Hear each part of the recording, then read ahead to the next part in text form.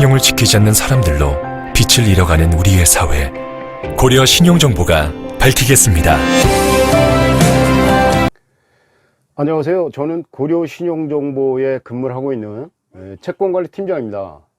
오늘은 돈을 갚지 않는 채무자에 대한 재산을 알아봐야 하는데요. 이것을 어떻게 해야 할지 궁금하신 분들에게 올바른 이해를 돕고자 영상을 제가 올려보았습니다. 남의 재산을 법원을 통해서 알아보기 위한 것은 이것을 재산명시 제도라고 합니다. 돈을 받으실 채권자가 재판에서 완전히 이겼을 경우 상대방에 대한 재산의 압류 같은 강제 집행을 해야겠는데요. 아무리 봐도 상대방은 재산이 없는 것 같은데 의심스럽다 이거죠.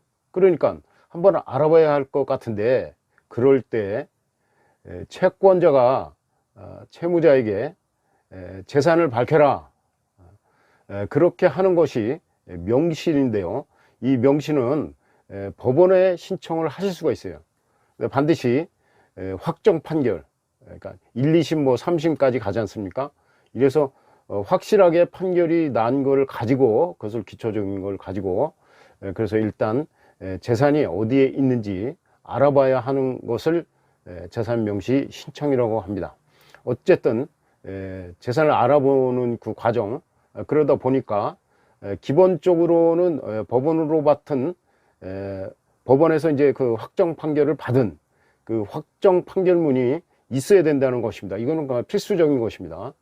그래서 법원을 통한 재산명시 제도는 사실은 돈을 갚아야 할 채무자가 법원에 가서 진술을 하는 경우 다 재산이 없다고 합니다. 뭐 거짓말이시죠.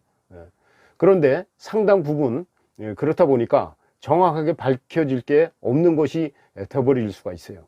그래서 재산을 뭐 허위로 판사 앞에서 이제 뭐 작성을 할 거 아닙니까?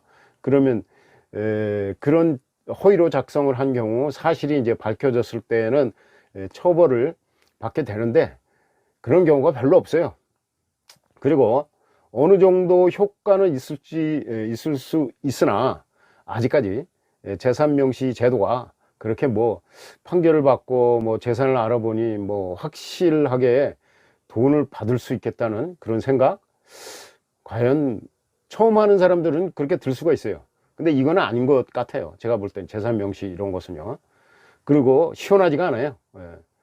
법원을 통한 재산명시는 제도의 절차가 있긴 하지만 실제 채무자가 허위로 재산을 누락시켜서 제출을 하게 되면 법원은 그 서류를 심사만 할 뿐이지 실제 조사하기 위해서 그 직원이 뭐 현장을 갖다 방문해? 그건 할 수 없어요. 그걸 확인하는 업무는 하지를 않고요. 하지도 못합니다. 그러기 때문에 실질적으로 우리가 생각해 봐야 됩니다. 상세하게 돈을 갚지 않는 채무자의 재산을 상세하게 재산명시를 정확하게 하려면 무엇보다도 신용정보회사를 통하여 알아보는 것이 가장 신속하고 상세한 자료를 얻으실 수가 있습니다. 주변에다 이제 다 물어보세요. 그러면 신용정보회사는 그러니까 그런 쪽에 이제 박식하니까요. 그리고 신용정보회사를 통한 조사 비용은, 이것도 문제죠. 법원의 재산명시를 신청하는 데 드는 비용보다 훨씬 저렴합니다. 그리고 좀 복잡하고 시간도 많이 걸리고요. 특히 법원을 통한 재산명시는 최소한 3개월 이상 걸립니다. 오래 걸리죠. 그렇게 할 동안에 뭐 하겠습니까? 3개월 동안 그 사람 뻔히 보고 있는데 그 뭐 할 겁니까 그게? 그래서 신용정보회사에서는 약 20일 정도면 상대방에 대한 조사가 다 마무리됩니다. 그리고 확정 판결이 된 채권자분들께서는 가장 중요합니다. 가급적 신속하게 저희 같은 신용정보회사의 초기에 상담을 빨리 받으시는 것이 가장 올바른 선택이라고 생각합니다. 오늘도 고민을 너무 많이 하시지 마시고요. 바로 신청을 하십시오. 그러면 좀 많은 고민이 풀어지실 것입니다.